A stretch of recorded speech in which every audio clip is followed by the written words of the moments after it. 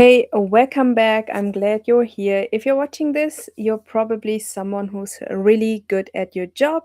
You show up, you deliver, you get things done. And somehow that's made you everything not easier, it made everything harder. I'm Mira, I'm an executive coach. I help high performing leaders save 10 hours a week and set better boundaries and make real time for what really matters for you. And that is your family, that is your health, and that is yourself without you feeling guilty for that and without you feeling like you're falling behind at work. Today, we are talking about something no one really looks at directly, and the cost of staying where you are. It is immense. And it's the kind that's been building up for months, maybe years, but by the end of this video, you will see it clearly, and once you see it, it's hard to unsee it again. Let me paint a picture what a typical week or day to day looks like right now for you. You wake up already thinking about your inbox. Before you had even a coffee or tea, you're already problem solving. You're saying yes to things before you even know if you have the capacity for it or if you have the time for it to do it. And you get home, but you are not really home. Your body is there, your mind is still at work. You have literally lingering thoughts when you're at dinner with your family. Weekends don't feel like weekends anymore, they feel like a shorter version of the week with fewer meetings. And you keep telling yourself things will slow down after this project, after this quarter, after this hire, but they don't. And this is the reality of most of the high performers I talk to. They are not lazy, they are not failing, they're just running at a pace that isn't sustainable anymore. And they've been doing it so long that they are forgotten it is not normal. They're used to this pattern that they think it is the normal way of living.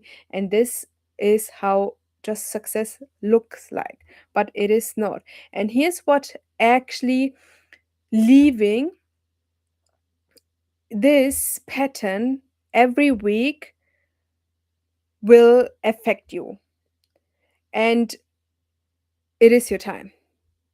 The gym slots that keep getting pushed, the dinners you're meant to make, the weekends that disappear, energy, not just the physical energy, the mental and the emotional kind, the kind you need to be present with people you love, and opportunities, the promotion you didn't pitch, the project you were too burnt out to raise your hand for, the idea you had at 2 a.m. and never wrote down, and also the money, the decision you made from exhaustion instead of clarity, the opportunities you didn't have, the bandwidth to pursue. These things don't just show up on the spreadsheet.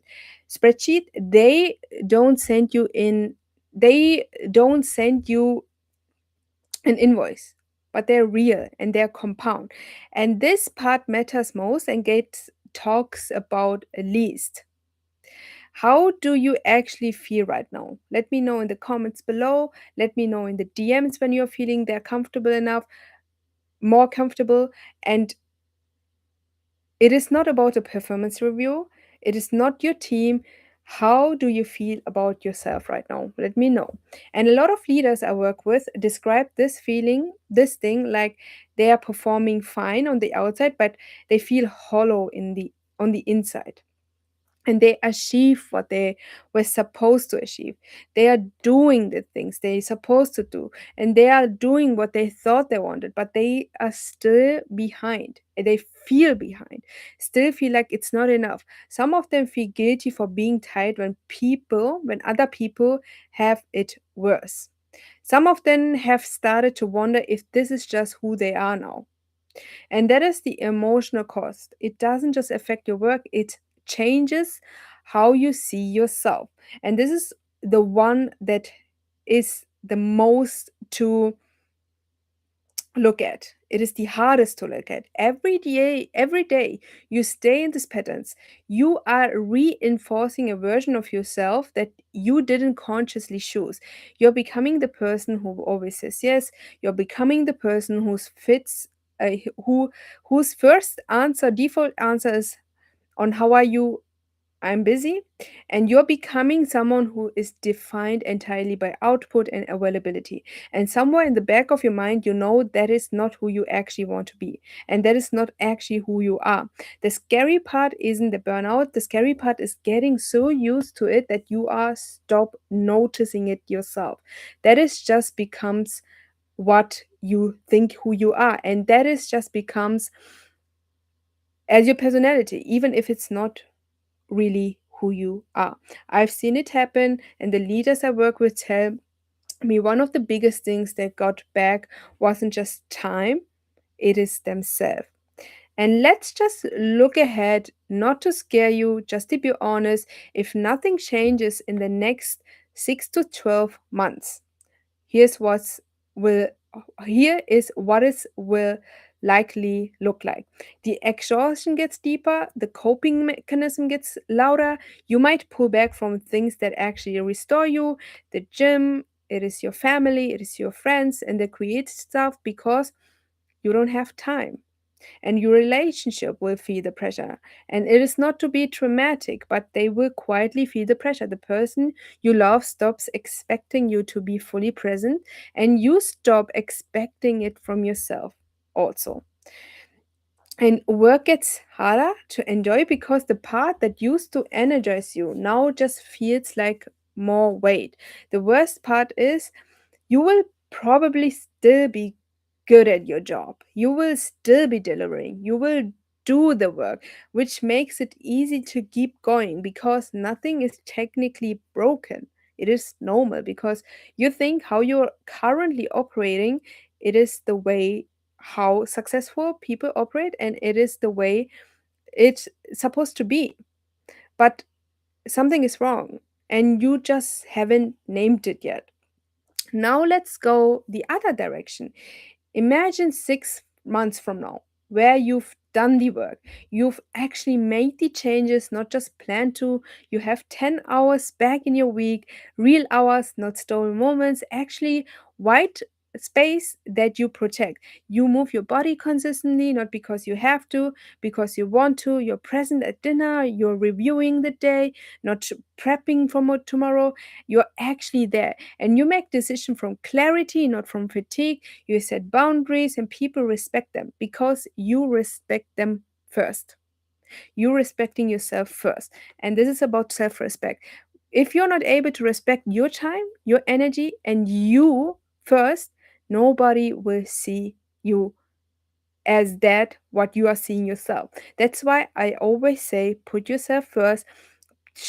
Look at your capacity and energy first, and then decide if you're able to take on further tasks or further capacity or further project, if it's fitting on your plate. If your plate is already full, you have to set a boundary, and the boundary is especially for yourself, and it's about being respectful towards yourself first. And you will still deliver at work. Nothing will fall apart. In fact, you will perform better because you're not running on empty. And that is not fantasy. That's what happens when high performers stop surviving and start choosing. This is what I help people build. And I want to be honest with you, sorry.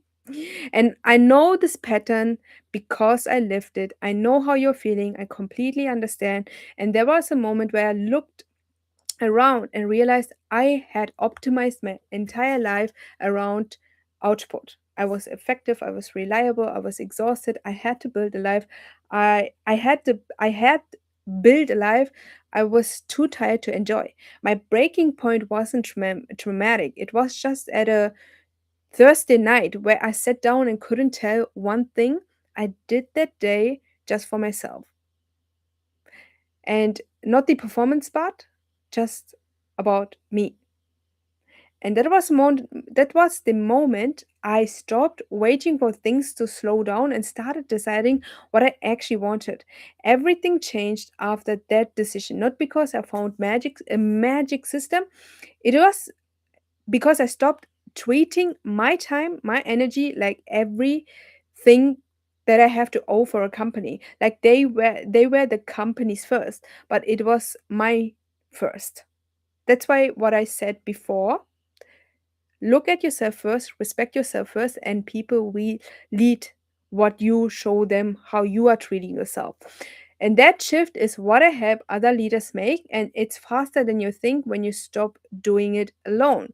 If anything what I said today resonate with you, I want you to take the next step. You don't need more information, you don't need another framework, you need a support guidance to actually make the changes and accountability to stick with it. My Realign method, the one-on-one program that helps high-performing executives save 10 hours a week, set better boundaries that actually stick, and make time for what actually matters. And what actually matters, you know it already. It's yourself, it's your family, and it's your health. Without you feeling guilty for it, and without you feeling like you're falling behind at work when you do those things, and redo it in 12 weeks. It's not about a course, it's a one on one coaching program, real specific work on your actual life and your actual calendar. It's really individualistic, it's personal, and the cost of waiting another 6 months is real. You just saw it, you hear it. And if this resonates with you, if we are ready to start changing and stop waiting, I want you to take the next step. DM me the word ready, and I will send you all the details. I will send you the link to book a call with me. The first session, the first get to know call with the simple 3 step method is free. And we will look at where your gaps are, and we will create a simple 3 step plan just for your personal life. Don't wait, and I will see you in the DMs. Thank you for watching, and we will see us in the next live on Wednesday. Thank you.